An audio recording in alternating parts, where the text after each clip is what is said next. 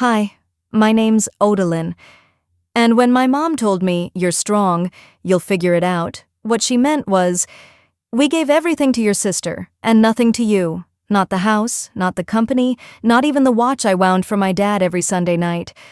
And the worst part? They didn't even bother to lie. They just erased me. But I found something they thought they buried, and when I showed it to the room, their faces went pale. Before we dive in, tell me, have you ever felt like your own family decided you didn't count? Let me know where you're listening from. This one's for everyone who was left off the list, but never forgotten. I don't know what I expected walking into the Vance estate that afternoon, but silence wasn't it. Not from the walls, which once echoed my father's laugh, not from the people sitting around that polished mahogany table who couldn't meet my eyes, and certainly not from my mother, who stood like a statue at the head of the room, hands folded neatly in front of her silk skirt, gaze steady, smile carved from stone. I hadn't been home in 3 years. Even then, it was only for a weekend, and I'd spent more time in hotel lobbies than I had in this house. But after Dad passed, Callista had called me, not to ask how I was doing, no, never that, but to say, "You should come to the house. Mom's planning to go over the estate. Not a memorial, not a reading of the will by a lawyer, just a family gathering. The kind where everyone knows what's going to happen, except you." The front door opened before I even knocked. Housekeeper. New one, I think. She didn't recognize me, just gave me a polite smile and pointed toward the back sunroom. The moment I walked in, the air changed. Like a warm bath drawn too long ago, still, but not inviting. Callista was already there, legs crossed, designer scarf tossed over one shoulder like a trophy ribbon. Her blonde highlights caught the afternoon sun just so, and her lips pulled into a smile that didn't touch her eyes. "Odalyn," she said, the name sweet as syrup. "You made it." "I said I would," I replied, taking a seat at the end of the table. No name card, no greeting, just a plain cloth napkin left unfolded while the others had been pressed into neat little leaf shapes. I picked it up and folded it into a leaf myself. Muscle memory. Dad taught me how to do that at Thanksgiving once, back when the table was filled with laughter instead of calculation. No one noticed. Isolde entered like a senator at a press conference, posture regal, expression unreadable. Her perfume hit the room before she did, jasmine, musk, and something sharp underneath. She didn't sit. She stood at the head of the table, rested her perfectly manicured hands on the back of her chair, and smiled. "Thank you all for coming," she began, as if we were guests, not her children. "There won't be a formal reading. Your father and I discussed everything before his passing. It was all quite simple." She turned to Callista. "The estate will go to you, darling. That includes the house, the ranch property, and the company shares. Oh, and the lake cabin. He always loved how you decorated it." There was a beat of silence. I blinked. Once. Twice. "And me?" I asked, trying to keep my voice steady. My mother's smile didn't falter. "You've always been the independent one, Odalyn, so capable. We didn't want to hold you back. Besides," she tilted her head, tone light but final, "don't you believe in earning your way?" That's when I knew. This wasn't an oversight. This was planned. They'd written me out. Callista gave a small nod, like it was all perfectly reasonable, as if it made sense to give everything, every memory, every asset, every trace of our father's life, to her. I said nothing more during the meeting. What was there to say? The others, distant cousins, a few close family friends, mingled afterward as if nothing had happened, as if a woman hadn't just been disinherited in front of them. I waited until most had left before I approached her. She was standing in front of the gilded hallway mirror, touching up her lipstick. Still poised, still immaculate. "He said he wanted things fair," I said. She didn't turn to look at me, just pressed her lips together, blotting them gently on a tissue. "Fair doesn't mean equal, Odalyn," she said calmly. "Work harder." She left the tissue on the side table and walked away. I stood there for a full minute, staring at the red imprint she'd left behind. Back upstairs, in what used to be my room, now stripped of everything personal, the walls painted over, the bookshelf gone, I lay on the stiff guest mattress, staring at the ceiling fan spinning slowly above me. I didn't cry. I wanted to, but something inside me had dried up. Instead, I reached into my purse and pulled out the napkin leaf I'd folded earlier. It was a bit crushed now, edges uneven. I clutched it tight in my hand. It didn't soothe me, but it reminded me that I was still here, still breathing. Their silence was supposed to erase me. Their decision was supposed to define me. But that night, as I lay alone in the house where I used to be someone's daughter, something shifted. Not loudly, not violently, but something in me, quiet, deep, and final, snapped. They erased me from the room, from the name, from the story, and I let them. 2 days later, the memorial at Briarwood Country Club felt more like a magazine shoot than a goodbye. The valet took my keys with a nod that barely concealed surprise. I guess a dusty gray SUV didn't fit the family image. I caught my reflection in the tall glass doors, black dress, simple heels, hair pinned back. I looked like I belonged. Almost. Inside, the lobby was dressed in orchids and over-polished grief. A host greeted me with the kind of rehearsed sympathy you'd expect from someone trained to serve cocktails and condolences in the same breath. "Are you with the family?" he asked, squinting at a clipboard. "I'm Odalyn," I said. He scanned the list. I watched his eyes. Pause. Flick down. Skip. "Oh, right. You must be one of the guests from Austin. This way." I didn't correct him. I walked in. The room was softly lit, carpet thick enough to hush every footstep. A display of photos near the fireplace showed Dad's life like a montage from someone else's memory. Harlan Vance shaking hands with senators, standing at the cabin with Callista and Isolde, cutting ribbons at company events. Not a single photo of the hospital, none from the last year, none with me. I moved toward the seating area, brushing past clusters of people who didn't quite step aside. "That her?" a woman whispered to another. I didn't know Harlan had a second daughter. She's not in the article. The article. I found it laid out on every table. Remembering Harlan Vance, visionary, veteran, father. 2 pages, 3 paragraphs on Callista's childhood memories of sailing on Lake Travis, a full spread of pictures with captions. I flipped through it slowly. I was nowhere in it. I sat alone. The velvet of the chair scratched against my skin, too stiff for comfort, too shallow to sink into. My eyes stung, but I kept them steady.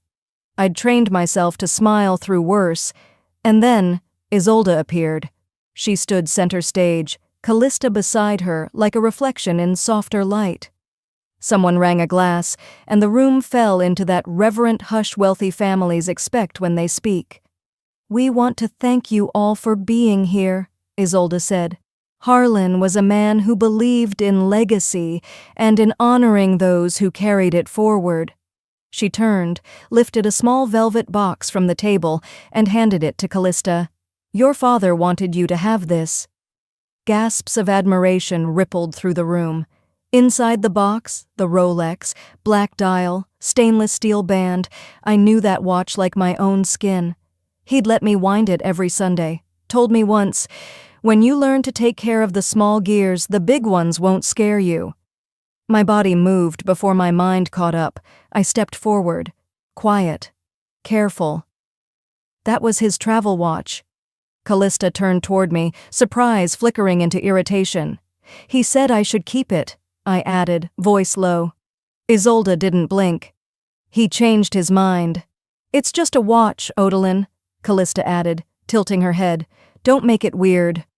I stood there a second longer, then nodded. "Of course." I turned back to my seat. My fingers shook. Later, when they announced the eulogy, I knew better than to expect fairness. Still, I wasn't prepared for the elegance of the erasure. Callista walked to the front, held a sheet of thick paper. Her voice was smooth, her pauses well-rehearsed. "My father taught me to lead, to love tradition, to know the weight of responsibility. He was there for every big moment. My graduation, my wedding, even the cabin remodel he helped us finish last summer." laughter, applause. No mention of the months I sat by his hospital bed, holding his hand while he forgot what day it was. No mention of the oxygen machine I learned to clean, the medication alarms, the nights I watched him cry. When she finished, people stood, clapped even, as if she'd performed, not remembered. Isolde stepped forward, smiled, calm. "Some daughters are born to carry the name," she said, her eyes sweeping over the crowd. "Others were just passing through." The words cut, slow and clean. I didn't argue, didn't flinch. I reached for my napkin and folded it again, this time without even thinking. The same shape, the same small ritual. I placed it gently on the plate, stood, and walked out through the quiet. No one stopped me.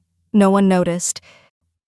The drive back to Austin was long, quiet, and slow.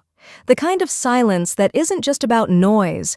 It's about what gets buried in your chest when no one else will carry it with you. I pulled into my apartment complex around dusk. My neighbors were out walking their dogs or pushing strollers, oblivious to the war still ringing in my ears. The moment I stepped inside, the warmth of familiarity should have brought comfort. Instead, I dropped my purse on the kitchen counter and just stood there. Still dressed in black, still clutching the brochure from the memorial like it owed me answers. I didn't sleep that night. At some point past 2 a.m., I sat on the floor of my bedroom with my old brown notebook in my lap, the one I used during those months caring for Dad. I flipped through pages filled with scribbles, medication schedules, appointments, little quotes he'd mumbled when he was lucid. "You always see the pattern first, Odelin," he said once, circling a headline with his finger. "Never let people confuse you with noise." That phrase wouldn't leave me alone. He changed his mind. That's what Mom had said about the watch, but he'd never mentioned any such change to me, not even once, and until the very last week, when the stroke took his speech, his mind had been clear, sharp even. We'd had hard conversations, honest ones. I opened to a fresh page and wrote down what I remembered, what he said, what he didn't. Dates, phrases, where he kept certain documents. It wasn't about revenge, not yet. It was about clarity, because something didn't add up. The next morning, I made coffee and opened my email. There, buried under newsletters and job alerts, was a message from Miriam, our family's former assistant. She'd left the estate the year before, after a quiet fallout with Mom. We hadn't spoken since. Her subject line simply read, "You should see this." The attachment was a digital proof of an article titled, "Legacy of Harlan Vance." The layout was pristine. Headlines in serif font, quotes from business leaders, and a photo near the center, Callista, Isolde, and Dad standing on the steps of the main house. The caption read, "The Vance family, Harlan, Isolde, and their daughter Callista." My throat tightened. I remembered that photo. I took it. I remembered how Dad had laughed that morning, telling Callista she looked like she was running for office. I'd adjusted the lighting, reminded them to stand closer. And now, somehow, I had been erased from it. Like I'd never held the camera, never stood 2 feet away from the family I thought I still belonged to. I set the laptop aside. That was the moment something changed. I moved to the coat closet, pulling down the top storage box labeled Dad. It was full of random things, his veteran's flag, a few books I hadn't returned to the study, and one envelope with his handwriting on the front. My name. I sat on the carpet and opened it slowly. Inside, a folded letter and a stapled copy of a will. The letter was short, but unmistakably him. "Odelin, I don't trust that everyone will do what's fair when I'm gone. Keep this, just in case. You know who I am. You know what I intended. Love, Dad." I opened the attached document, dated 6 weeks before his passing. It wasn't handwritten, it was clean, typed, signed, witnessed, and it split everything equally between Isolde, Callista, and me. The house, the cabin, the company shares, all listed, each name typed clearly, including mine. I just sat there, holding it, staring at it like it might dissolve if I blinked. They had changed it. Someone had. I knew better than to act right away. I didn't forward it to anyone. Not yet. I didn't call a lawyer. What I did instead was quieter. I walked over to my printer, scanned a copy, and printed another for backup. Then I turned back to my laptop and opened a private browser window. The Vance estate had been transitioned into a holding company weeks after Dad's death. I searched through public filings, board member changes, and saw the new trustee list: Isolde, Callista, a name I didn't recognize, likely the family attorney. Not mine. I wasn't on anything, not even as a witness to the man I nursed until his final breath. That night I placed the will into a secure envelope and hid it in the freezer under a bag of frozen corn. Not dramatic, just safe. Then I sat down with a fresh notebook page and wrote one line: "If this is the truth." Someone rewrote it after he couldn't speak. The next morning, I packed the envelope back into the freezer, still tucked under the frozen corn like a secret no one would think to look for. And then, I made the call. Not to a lawyer, not yet. To Caleb Houghton, the Vance family's longtime estate attorney. Or so I thought. Mr. Houghton retired last year, the receptionist told me, cheerful and oblivious. You'll be meeting with Mr. Brentley. Brentley. That name hadn't come up before. I drove back to Houston 2 days later, a thin file in my purse and my voice rehearsed a dozen times in the car. I wasn't going to accuse. I was going to ask. Calmly. Like a woman who didn't just find her father's real will sitting in a cardboard box next to old receipts and expired medication. The new attorney's office was nothing like Caleb's had been. No dark-paneled walls, no heavy bookshelves, just sleek white desks and a glass wall that looked out over downtown. Everything smelled like new carpet and vanilla air freshener. Brentley was young, late 30s if that. Trim beard, pressed gray suit. One of those men who probably went to law school for the networking, not the ethics. He smiled and extended a hand like we were old friends. "Odalyn," he said, "I've heard a lot about you." I sat. "I'd like to understand how the will was processed." He folded his hands. "Of course. Everything was properly validated and witnessed. The final version was signed 2 weeks after Mr. Vance's stroke at the request of your mother. She represented you with your power of attorney." I blinked. "My what?" "Your power of attorney," he repeated, like I hadn't heard him the first time. "Apparently signed a few years back. Your mother used it to stand in for you during the signing. She had full authority to speak on your behalf." "I never signed that." Brentley paused ever so slightly and smiled again. "Well, that's something we can look into, but the document was filed and everything appears in order." "Do you have a copy?" "I'm sure we can get one to you," he said, already moving to end the meeting. "Your mother has a great deal of experience handling these matters." I didn't reply. I stood, shook his hand, left.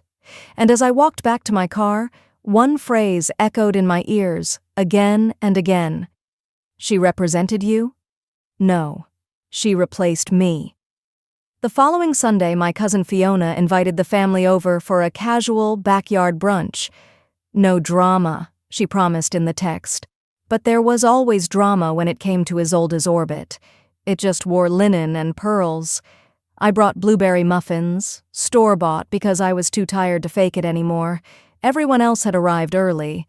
The yard was already loud with clinking cutlery and laughter that didn't quite reach the eyes. As I poured myself coffee, I caught a voice behind me. Familiar, whispered. "She was always the difficult one. You know how Isolde said." Aunt Delia. She didn't see me at first, but when I turned around, her face flushed pink. "Odalyn, oh, I didn't see you there, sweetheart." I kept my tone even. "You were saying something about me?" Delia gave a tight smile, fingers fiddling with her necklace. "Oh, nothing, just... Your mother always said you were, well, a little headstrong." "Unstable?" I asked, raising an eyebrow.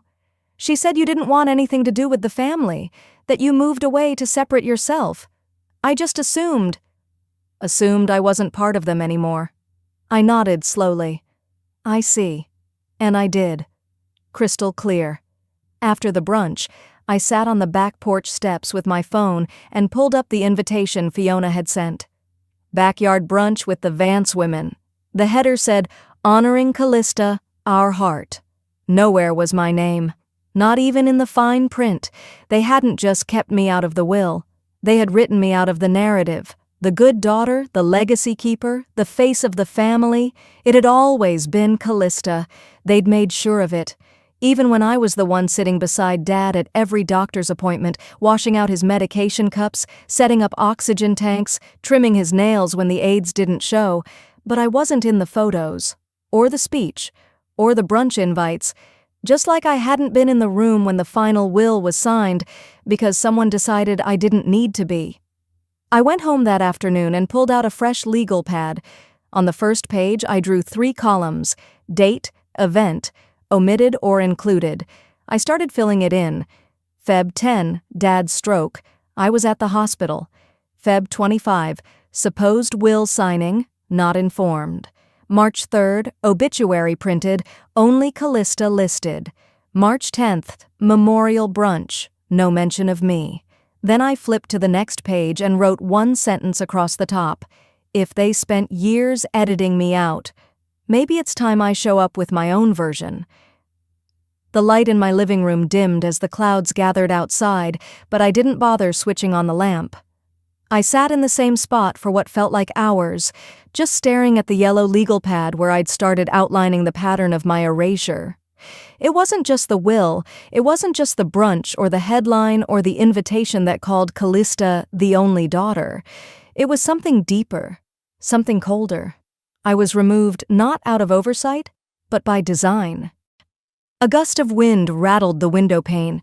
I got up, went to the bookshelf, and pulled down the old faux leather folder I'd brought from Dad's house months ago, his medical documents. I hadn't touched it since the funeral, couldn't bear to look, but now I needed to. I flipped through it slowly, scanning familiar forms, emergency contacts, prescription lists, old insurance paperwork.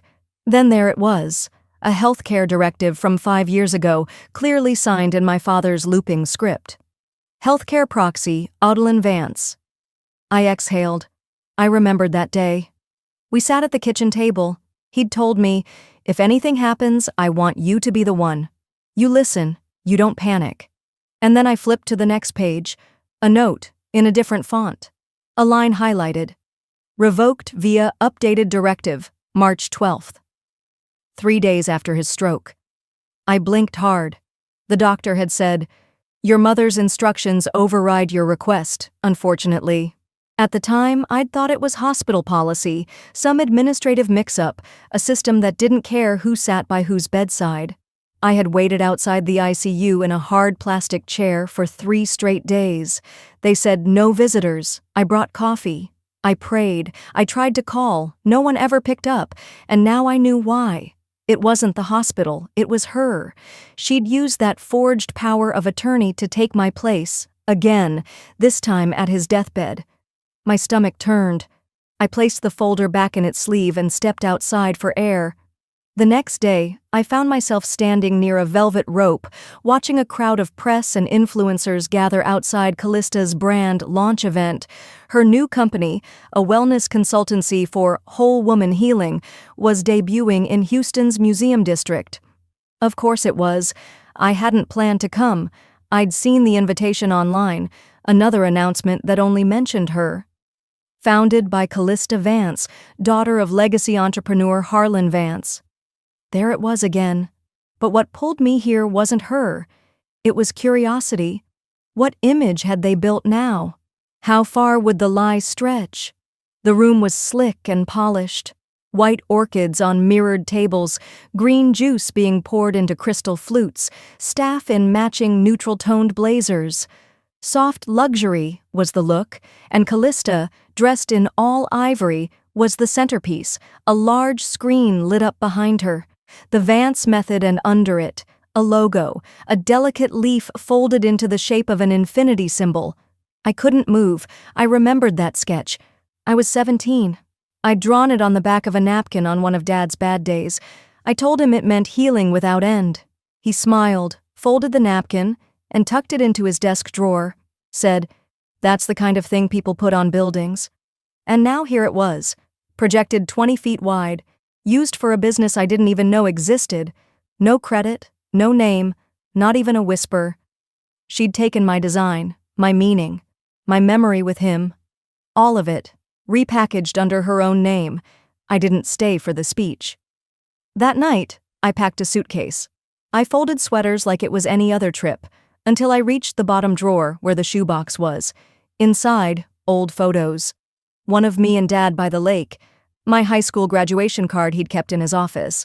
I placed the photo on the bed, sat down next to it and whispered, "They won." I stared at the wall, numb. I felt smaller than I had since this whole nightmare began. They've always won. I reached for the lamp to switch it off, and that's when I saw it. A slim, white envelope wedged between two books on the nightstand, my name written on the front in Dad's handwriting, and my hand froze in midair. The envelope was wedged between two dog-eared books I hadn't touched in years, books Dad had given me, back when he still thought I'd end up teaching philosophy at UT Austin. I pulled it out carefully, the paper already yellowing along the crease. My name was written on the front in his familiar slanted print. No deer, no flourish, just Odalin. I sat down on the edge of the bed, hands trembling more than I wanted to admit.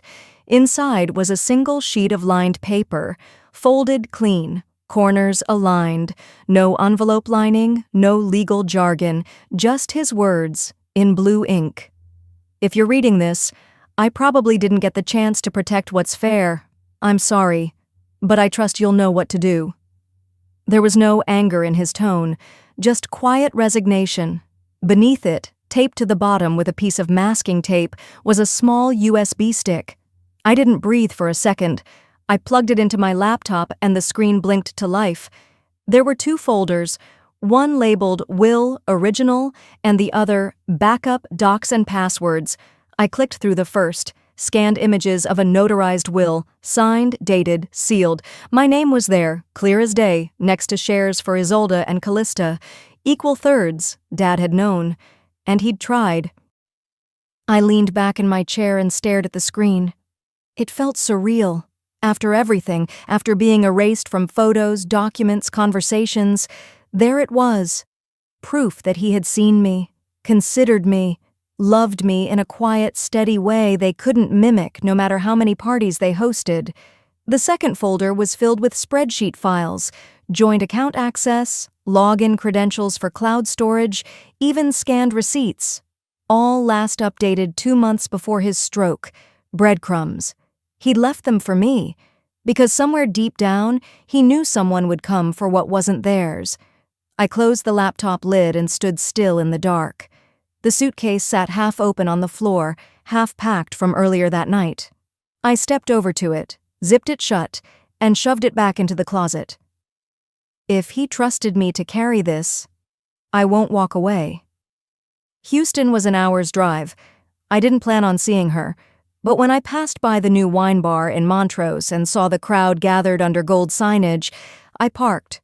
Callista was inside, of course, the center of attention, white wine in one hand, a bored smile smeared across her face. It was late. Most guests were on their third glass. The room buzzed with laughter and networking. I slipped in quietly, no one really noticing. I found a quiet corner near the bar and kept my eyes low. She didn't notice me at first, but then her gaze swept across the room and locked with mine. She smirked. "Well, look who decided to crawl out of Austin," she said loud enough for her table to hear. "Still chasing Dad's ghost?" I didn't respond.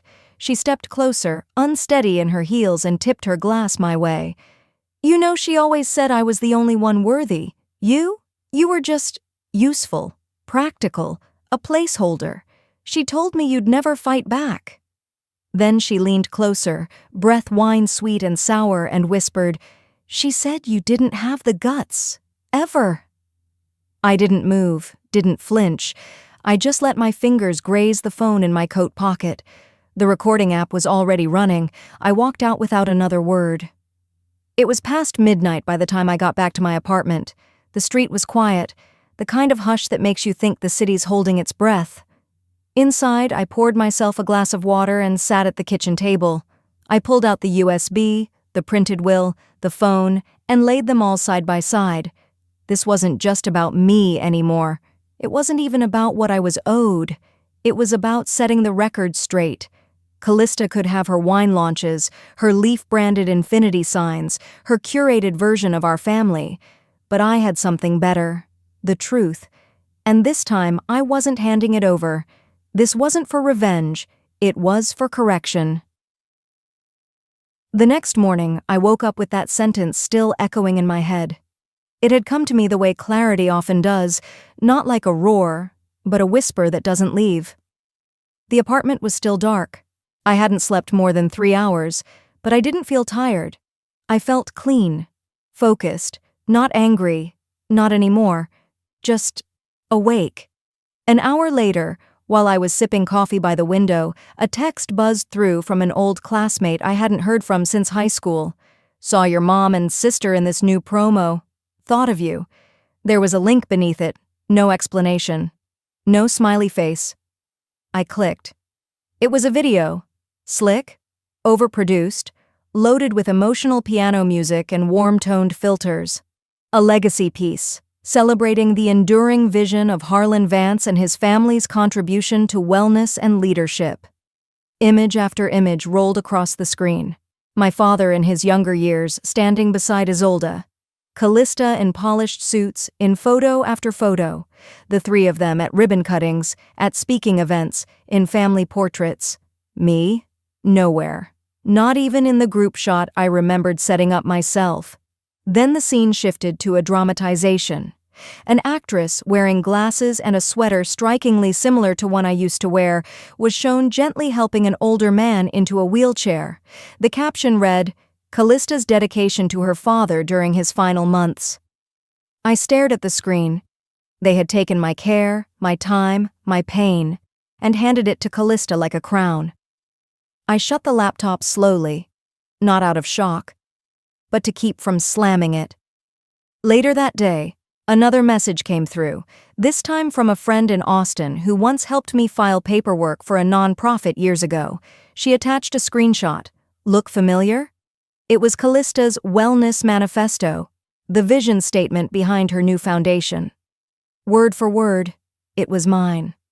The one I'd written 5 years earlier when I tried launching a community resource project in East Austin. I'd shut it down after funding dried up and Dad got sick, but the words had been mine: transformative equity through accessible care and ethical leadership. Now those same words were printed under Callista's name, slapped across banners and pamphlets, hashtagged all over LinkedIn. No attribution, no mention, just theft. I sat at my desk and opened my laptop again. This time, I wasn't trembling. I opened the folder marked Dad Originals, pulled out the scanned will, opened the slideshow builder. This wasn't going to be some dramatic exposé. No tears, no speeches, just facts. Clear, chronological. I added a photo of the will, embedded the time-stamped email from the family assistant, a screenshot of the promotional video, a clip of Callista's drunken words from the wine bar, audio scrubbed and captioned, slide after slide, calm, precise, lethal. I labeled the file, Truth for Release. 3 days later, I got an email invitation from the Vance PR team. The subject line read, Celebration of the Vance Legacy, RSVP confirmed. There it was. One more glossy event.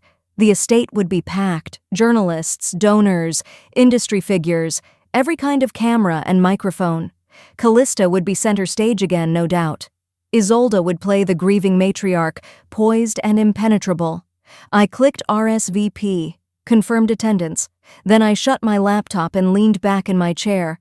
If they erased me from their story, I'll write myself back in, on my own terms. They turned my silence into a weapon. I turned it into a scalpel. The valet barely looked at me as I stepped out of the rideshare car. I wasn't dressed like the others, no sleek black dress, no string of pearls, just a tailored blazer and jeans, simple heels, my father's watch on my wrist, the one they thought I'd forgotten. The Vance estate shimmered under fairy lights, the marble courtyard filled with chattering guests balancing champagne flutes and self-importance. I walked past familiar faces who blinked like they weren't sure if they should greet me or pretend I was the help. Inside, the main hall had been converted into an exhibition. Screens displayed looping montages of Harlan Vance's legacy, his speeches, patents, newspaper clippings, Callista by his side in every frame. A wall-sized print read, "The vision lives through her." Her, not me. I walked slowly to the center of the room where rows of white chairs faced a temporary stage. A large projection screen stood behind a podium. People were already seated, murmuring, flipping through glossy programs. I didn't see my name anywhere in them. I found a seat near the back, not hiding, just watching. From across the room, Isolda's gaze met mine for a split second. Her expression didn't change. She turned away like I was a piece of dust she'd forgotten to sweep up. Callista, radiant as always in white silk, clutched her wine glass tighter and said something into her fiancé's ear. The MC took the stage, a woman in pearls with a too-wide smile. "We're here today to honor a man who didn't just build a company, he built a legacy, a family, a future." The first few slides of the presentation began, the usual spin: legacy, impact, community. I waited. I knew the cue. After 5 minutes, the MC glanced toward the tech table. "We'd now like to open the floor to personal reflections. If anyone wishes to share..." I stood up, walked forward, and handed the USB drive to the AV tech beside the screen. He glanced at my name badge, hesitated. I didn't raise my voice, just said clearly, "Just play it." He plugged it in. For a moment, the screen went black. Then the title faded in, "Timeline of Omission." Slide 1. A photo of my father in the garden, smiling at the camera. I had taken it 2 years ago, yet the public archives credited it to Callista. Slide 2. A scanned copy of the will, 3 names clearly listed, my name included. Slide 3. An audit trail showing metadata changes, Callista's name bumped up, mine deleted, weeks after his stroke. Slide 4. A clip from the wine bar. Callista, glass in hand, laughing, the caption beneath her as she said you wouldn't fight back, ever. Murmurs started across the room. Slide 5. A voicemail. My father's voice, crackly but unmistakably him. "If this reaches you, it means I couldn't fix it. I love you. I trust you. Don't let them tell you who you are." Silence. A silence so loud it made the chandeliers feel too still. When the video ended, no one moved. Callista stood frozen near the back wall. Her wine glass was empty now, her face pale beneath the foundation. She didn't look at me. She just turned and walked out without a word. "Isolda?" She didn't flinch. She simply rose from her front row seat and walked out after her, chin high, her mouth drawn into a tight, unreadable line. For a second, the room held its breath. Then I heard it. A single clap. From a woman in the second row, then another, and another. Not a standing ovation, not some triumphant crescendo. Just a handful of people, older, quieter, who saw what was true and decided not to let it pass in silence. 2 men in suits left shortly after. Investors, I guessed. One reporter from the Houston Chronicle snapped a photo of the screen. Another whispered to someone, scribbling something into her notebook. I didn't say anything else. I didn't need to. I walked down the center aisle, past every stunned face, past the empty space where my family used to sit. I didn't need applause. I just needed the truth to finally speak louder than their silence. 2 weeks had passed. The headlines were still floating around the internet like pollen in spring. Heir exposes inheritance fraud, philanthropy or fabrication. Vance family scandal casts shadow over foundation. They didn't use my name much, just younger daughter or estranged relative. But they didn't erase me either, not this time. Isolda hadn't spoken publicly since the legacy celebration. She'd retreated, canceled events, declined interviews. Even her signature pearls were absent from the society columns. Rumor had it she'd flown to Italy for rest. Callista had issued a statement, cold, polished, rehearsed. In every family, tensions rise in moments of grief. I wish my sister well as she finds her path. That was it. Not an ounce of regret. But it didn't matter. The damage was done. The myth was cracked, and underneath it, something closer to the truth was finally visible. I didn't go on a victory tour. Instead, I went home. In a small storefront off South Lamar in Austin, I opened the doors to my new advisory firm, Vance & Daughters, Legacy with Integrity. The irony didn't escape me, but neither did the healing. There were no glass elevators, no mahogany desks, just a modest reception, a pot of coffee always warm, and a single picture on the wall, me and my dad in the backyard garden. We were folding napkins into little leaves, both laughing. He had grass stains on his knees. That was the man I remembered, not the figure on glossy banners, just Dad. A week into opening, I received a certified envelope. No return address at first glance, just typed letters and legal formatting. Inside, neatly clipped together, was a scanned copy of my father's original will, bearing 3 signatures, his, mine, and an attorney I hadn't recognized until now. Tucked beside it, a single handwritten note. "Your father trusted you. I'm sorry I didn't speak up sooner." It was signed by the former Vance family lawyer, the same one who'd gone conspicuously silent during the will revision saga. Maybe guilt finally did what truth couldn't. I placed the will beside the one he left in the envelope weeks ago. Not to compare, just to know. Now I had both, truth in duplicate. That Sunday, I drove out past the city line, away from traffic, deadlines, screens, and suspicion. The lake wasn't crowded, just a few families with picnics, a couple walking their retriever, 2 kids skipping stones. I parked at the same gravel lot Dad used to insist on. "It's closer to the trail," he always said. It wasn't. But he liked the silence before the walk. The path down to the water hadn't changed. A little more overgrown now maybe, but still steady underfoot. I sat near the edge on an old bench and took a folded napkin from my coat pocket. It wasn't fancy, just the kind from a diner I'd stopped at that morning. But as I creased it carefully, shaping it into the soft memory of a leaf, it didn't feel small. It felt like closure. I placed it on the surface of the water and watched as the wind caught it. It floated gently, twisting a little, then moved forward. It didn't sink. It didn't fight. It just moved on. I didn't cry. Not for what they took. Not anymore. Because as I sat there, I realized there was something they could never touch. Not my father's voice, not his belief in me, not the way he folded his napkin with me on Sunday mornings when I was 8. Not the way he whispered, "I trust you," with eyes half closed in that hospital bed, even if no one else heard it. They had tried to bury it, but the truth had roots. I stood slowly, letting the breeze catch my hair, and looked out one last time before heading back up the trail. "He didn't just leave me a name," I said quietly to no one. "He left me truth." I didn't need a stage, or a foundation named after me, or a nameplate on an office door. Some stories don't end with forgiveness, but if you can still walk forward with your name intact, that's peace.